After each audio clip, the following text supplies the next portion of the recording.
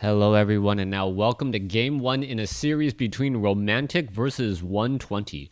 Romantic will be spawning as the blue human player, meanwhile 120 will be spawning as the teal undead at what I'll call the 2 o'clock position here on Twisted Meadows.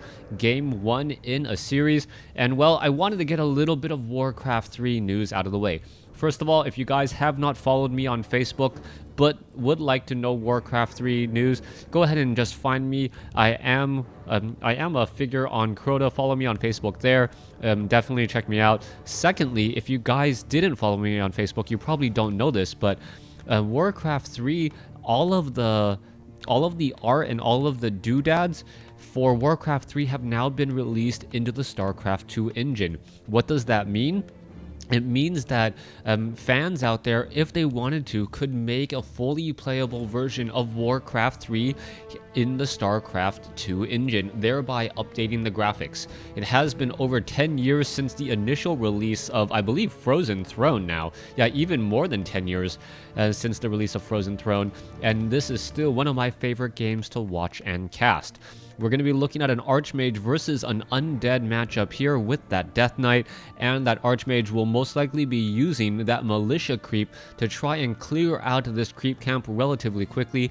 Some players like to bring 6 Militia, some players like to bring 7, just to make sure that no stealing will be going on. The fact that this is full cross spawns means that the Death Knight is not going to be able to get there in time.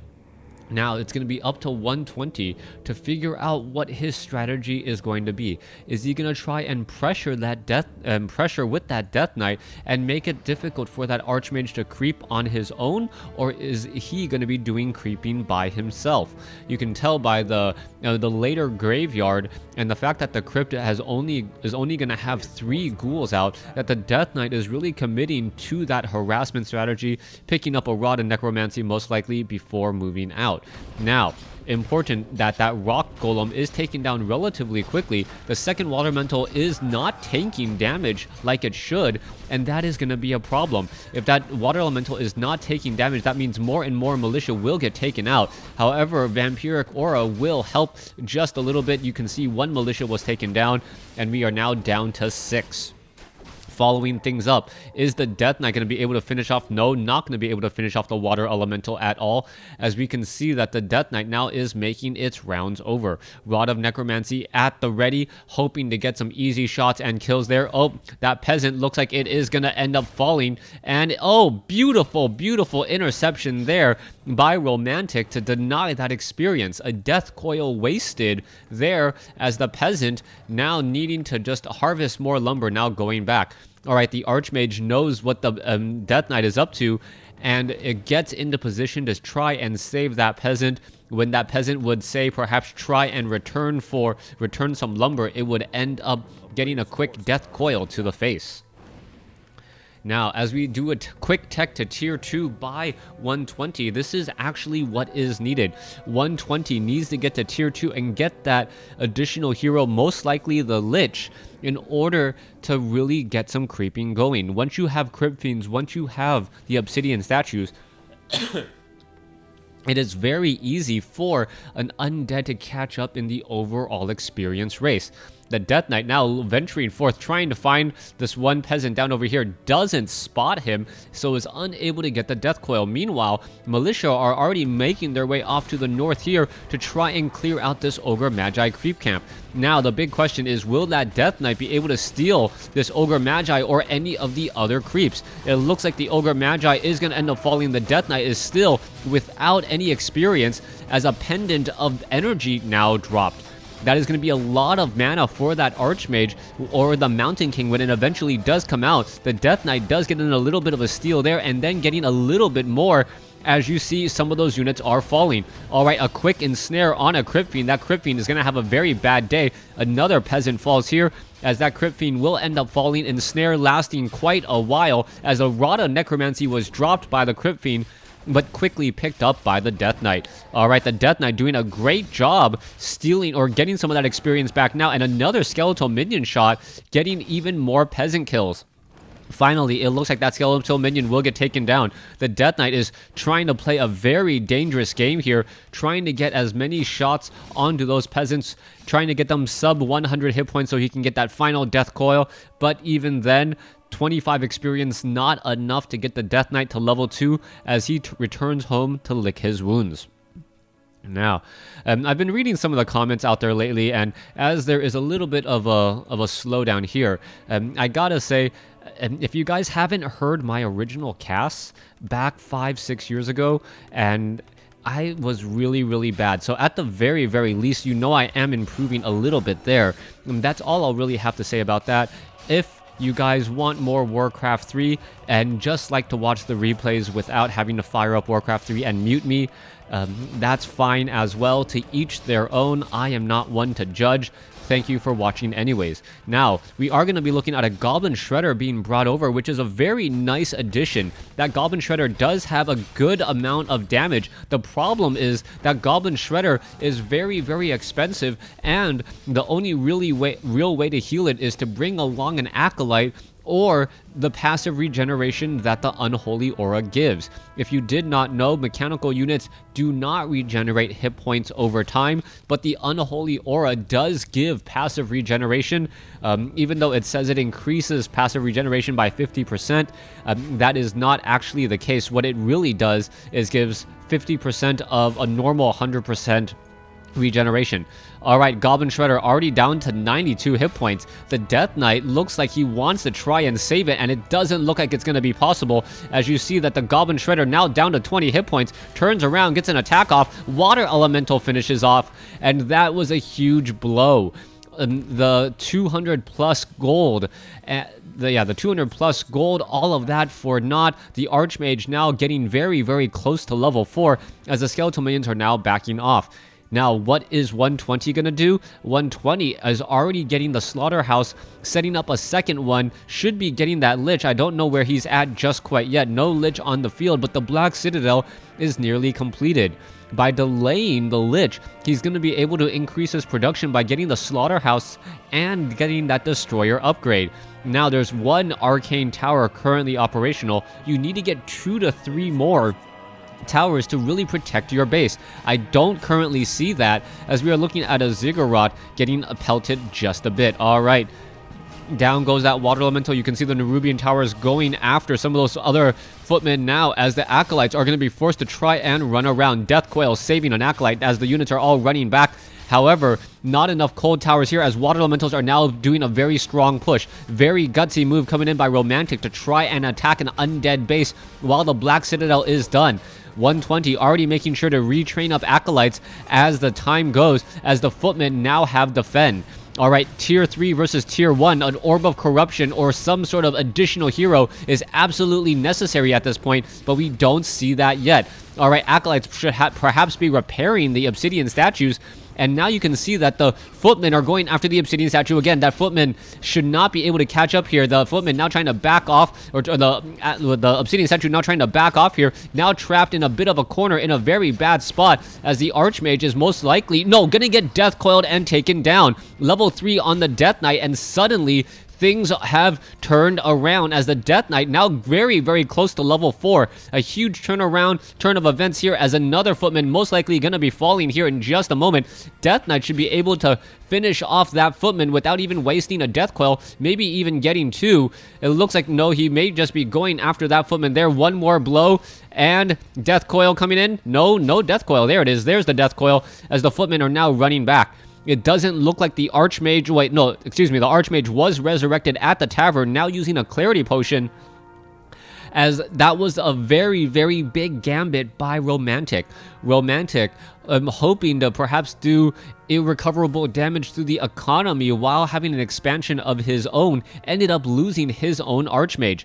Not only did that end up giving the Death Knight a very large amount of experience, almost getting him to level 4, he's now going to be in a position to perhaps shut down this Archmage even further. Alright, Devour Magic onto that.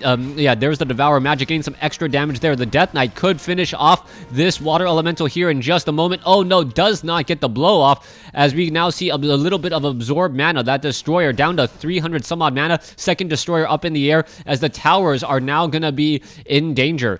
All right, there we go. The destroyer's going straight after the guard tower. Guard tower taking a fair bit of damage. Death Knight is right there as well. Level 4 now on the Death Knight. Level 2 Unholy Aura, as that tower is not going to finish or not going to get repaired. All right, you can see the Archmage is now down over here trying to go after the guard towers, completely ignoring the Arcane Tower. A very, very smart call there, as the guard tower now has fortified, or excuse me, heavy armor, now going to get taken down. Level 4 now on the Archmage, as the Crypt Fiend falls here, as the Archmage now tries to run back. This big problem right now is that 120 is still trying to fight this game with a solo hero, even though he is at tier 3.